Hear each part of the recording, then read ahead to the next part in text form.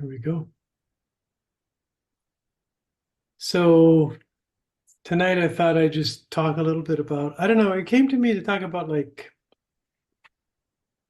my top reasons for like as one who's struggled with people pleasing myself, like the top reasons that I could think of for ending the behavior and in my own life and see if they resonate with you. Um, Maybe before I do that, I'll just share that like the more I work with this, I realize that it's I've had a tendency to call this as a sort of a people pleaser habit, like as if it's a behavioral thing. And the more time I spend with it, the more I feel like it's like a complete identity. It's not just a habit. And so that's why my interest is in uh, it's not just so much some behavioral tips around, saying no or be clear with your boundaries. And I mean, if we could do that, we would do that, right? So the reason it's so difficult to do that is precisely because it's more than a habit. We actually, at least in my experience, we curate an entire identity uh, shaped by, as you know, um, just the strategy to compensate for failures of love. And so there are all kinds of strategies for this, but one of them is people pleasing. But by the time it's in place, that and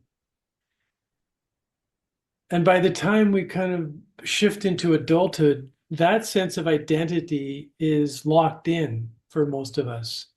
It's the me we think we are.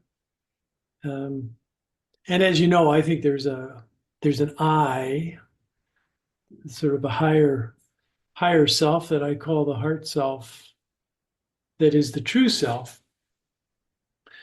But it takes some time to realize that this me that we curated in order to compensate for failures of love is not actually I. so so there's the me and the I, the ego and the heart self. And so I think it's more than a habit. Uh, that's why it takes such a commitment. Like you really got to want to end this, right? Like the motivation has to be pretty strong because if we're letting go of a complete identity, there's going to be some fear and trembling in doing so because we may not be familiar with this bigger I, this heart self. And so it's like, well, who am I if I'm not this? Um, so for those who just joined, I just spent a little bit of time thinking about in my own life, my motivation for overcoming. Like, why did I want to do this? Because I think if um,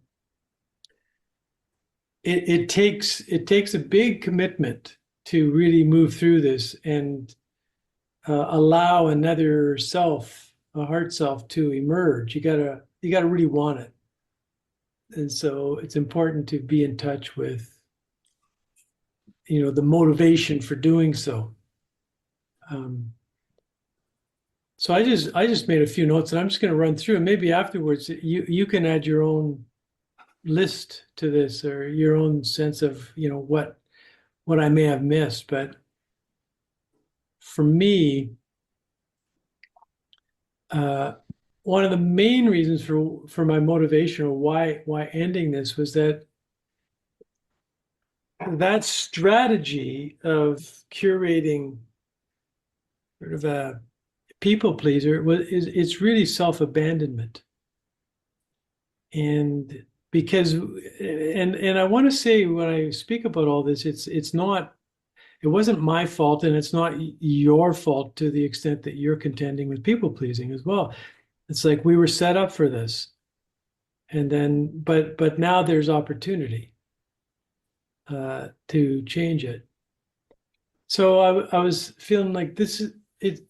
It's self-abandonment. I mean, we were set up to believe that we couldn't be our true self and survive and be loved and belong and have a sense that we're legitimate. But the net result, which is so tragic, is that the gift of you is withheld from the world. The world will never know the true you because you had to abandon that self in order to belong. And so there's a kind of tragic dimension to it. But I mean, I'll also give the good news here is that when we do the work of becoming mindfully compassionate and see what's going on, see what the setup is, then we have the opportunity to um, offer the gift of our presence to the world, and that's no small thing. I think that's the opportunity, because there's nobody that was made just like you, and there was nobody that was made just like me. There's a uniqueness about each of us. But this is the tragedy of it. It's like we learned that uniqueness what got us, landed us in shame, or we got punished for it, or love was withheld for some reason. And so we had to abandon our true unique selves. But that's what we brought into the world with us as our primary gift to the world. And so it's a loss, not just for ourselves, but for the world. So that's the opportunity here is in this reclamation, is this, that you're again unapologetically saying, here I am. This is exactly who I am. Take it or leave it, but I'm not twisting myself out of shape for you. And related to that, if you're not living your own life, which is again one of the tragedies, so you can never truly know yourself as the unique and radiant gift of you, because you are pretty interesting. Like when you're being you, there's no one else quite like you, so that's pretty interesting. But you'll never know that self because of the setup. And it also makes you difficult to be loved because you won't reveal yourself, because you've learned that withholding yourself is the best strategy.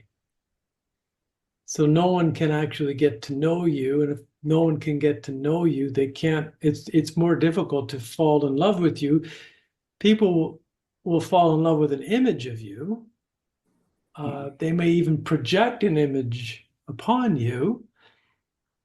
But the opportunity here is to actually just be yourself and allow somebody to fall crazily in love with the true you, which is another aspect of the gift that you bring. And again, another sad thing about, or another reason to end people pleasing is that if we don't do that, well, you'll never know what you truly desire, because we're also quirky. Like that, humans are interesting. If you run into a person who's not afraid of their desire, they'll always seem eccentric, quirky, kinky, unrepeatable. They're interested, they're curious, they're doing things that, they got all kinds of interesting hobbies. They're just so. But if you withhold your desire because again you learned that what you wanted wasn't acceptable or wasn't on offer, or you were humiliated by, you'll never actually get to know not only your quirky, eccentric, variegated self, but your big self. Like you won't allow yourself to think big because someone might judge you. You won't allow yourself to feel big, like to feel life, the gift of life, and to let it all impact you in a big way. And you won't be able to express big. So your life, my life will be small.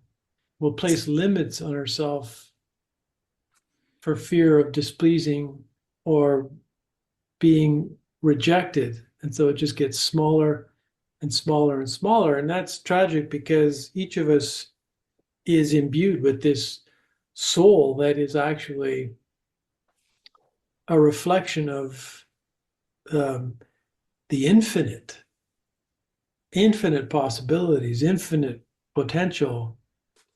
And this particular strategy that we've chosen that served us well at one point is now just keeping us small. Um, and again, another reason that comes to mind for why I wanted to end people pleasing is when we're not being us, and I've said this before, but it bears repeating, I think, then we're not living out of our purpose. Because in my way of thinking, our purpose is to self-express. It's it's kind of that simple. Like, and if so, but it's impossible to live on purpose if we're afraid of expressing ourselves fully. So it becomes impossible to so we'll instead of expressing ourselves and living on purpose, we'll constantly be searching for the purpose of life, not realizing that the purpose of life is to uh, just express our uniqueness again and again and again, over and over. The another one that comes to mind for me is that people pleasing is really at core a control play. You won't let reality be reality. You won't let others respond to you authentically because you won't show them who you are. So what appears on the outside to be kind of self-sacrificial is actually a strategy to control other people's responses or reactions to you. So you can't just let life be what it is, because you can't let yourself be who you are and just let life respond uh, kind of naturally to who you are, to your mode of self-expression. And that includes just making sure that others won't reject you, that you'll always belong, that you won't be judged as stupid or silly or whatever. Um, so one of the benefits to look on the positive side of dropping the people pleasing persona and moving into your heart self is that you let go of the illusion of control. You let other people have their reaction to you, have their judgments if they're going to judge you, walk away from you if they're going to walk away from you, but you know that you will survive because the only sin you've committed is just being you. And in being you, you discover who your friends are and who aren't your friends. And your friends are those who let you be you. And the ones who try to control you or say you shouldn't think that way or you're wrong, or reject you for your political stance or whatever. It's like, well, that's fine, but you don't have to be quiet. Like you can survive if they're going to reject you for that. Um, and again, why in people pleasing? It's like this is a big one. Maybe I'll stop here too. is that you'll never actually discover how truly beautiful you are, because those same self beliefs, the core unconscious beliefs that led to the strategy of people pleasing, are still in place, and those cubs are inherently self-destructive. You know, I'm bad, I don't belong, I'm not worthy, I'm unlovable, I don't matter. And as long as those are in place, there's this nub of self-loathing that happens, and so it becomes almost impossible to really fall in love with yourself. And I think like it's not so narcissistic to fall in love with oneself, to really like enjoy noticing how you respond to the world in such a unique way, how you create your life. Um, there's a sense in which we actually need to fall in love with ourselves, need to just, enjoy, enjoy ourselves. But when these core unconscious beliefs are in place, it's almost impossible to do that.